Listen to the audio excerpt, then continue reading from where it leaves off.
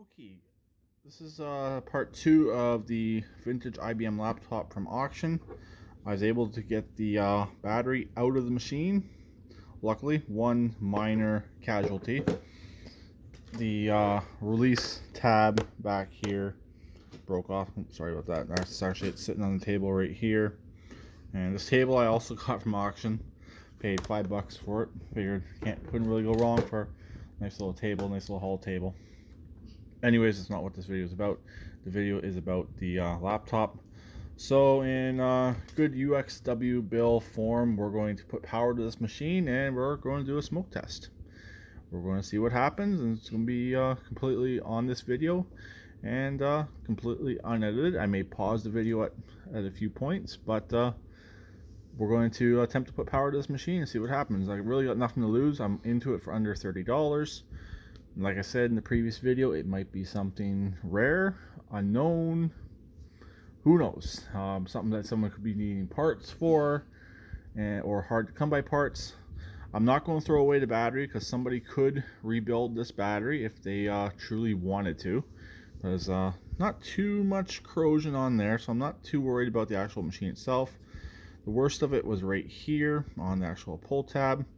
But again, that could be replaced. The battery itself could be split in half and new cells put into place. So let's get the power brick set up and we're going to do a smoke test. Stay tuned. Okay, I am just about all set up here.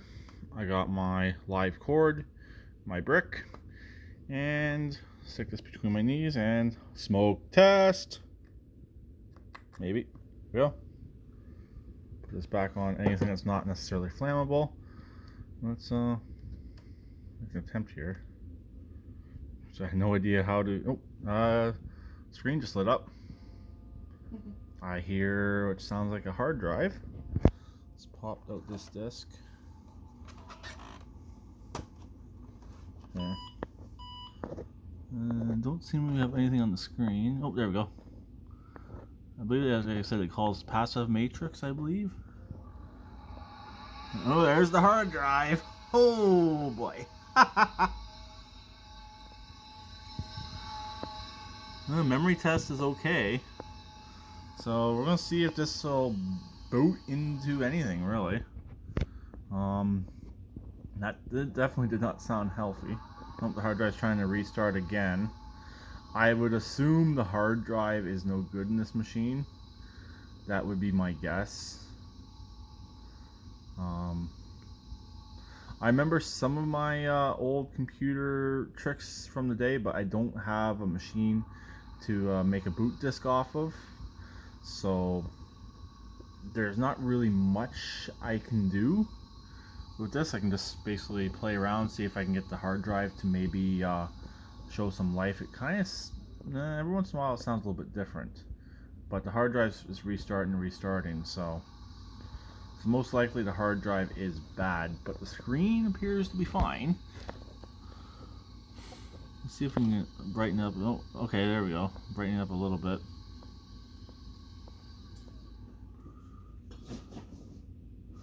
So there we go. We got a little bit more on the screen.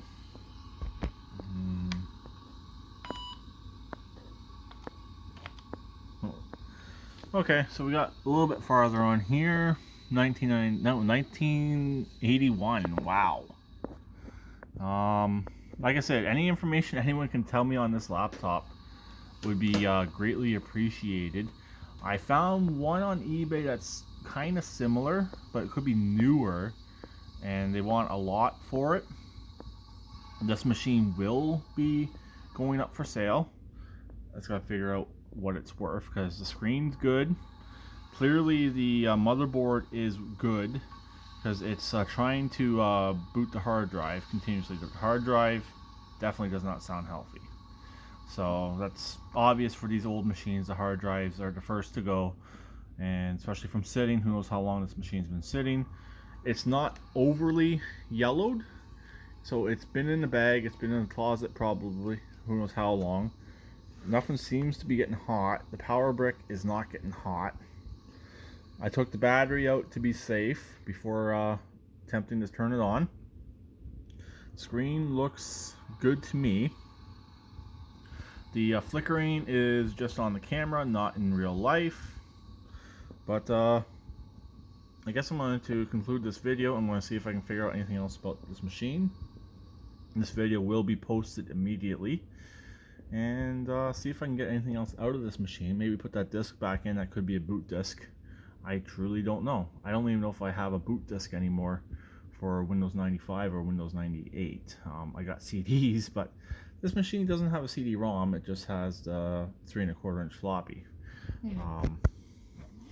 I'd assume it's a 1.44. Yeah. So yeah, I'm going to do a couple things on here because it did scan the floppy drive when I first turned the machine on, but the screen wasn't fully set up. Both of these were all the way to the left whenever I got it. In the truck on the way home, I did move them, see if they worked, and they did then. So the way it was sitting at the auction, it was sitting like this, screen up, and it had some pictures of it, and it was just listed as a vintage IBM, which it truthfully is. And oh, the hard drive's not trying anymore. I guess it gave up. Who knows? But here it is. Like I said, it also has the little indicator cards. I remember these from back in school in the 90s. Would tell you what the function keys did. Then it has this little card right here. I think this is IBM specific. I really don't know. But we do have some indicator lights up here. It's showing the battery light, but the battery has been removed. So looks like there could be other function lights right here. That could be a headphone jack. I really don't know. So that's oh, that did something. Okay, that may have turned it off. Let's try that again. See if it reboots. That might, nope, that's just, yep, that did make it reboot. And here's the hard drive again. So the hard drive is trying again. Floppy scanned. So we have 161K of memory. I imagine it would be kilobytes. I don't think that would be megabytes. Most definitely not. What does this button do? No idea what this button on this side does. So like I said, I'm going to do some playing around on this. If I get anything interesting out of it, I definitely will end up doing another video. I guess we'll have to wait and see on that end. Like I said, comment section below. What is it? What's the model number on it? If I can find out like any more information, I will. But vintage IBM, it powers up. Appears the main board does work because it is doing self-tests. So the controllers are working. The keyboard appears to be functioning as much as I've done on the keyboard. But the big thing is it does power up and the controllers are working and the screen works. So I'll talk to them later.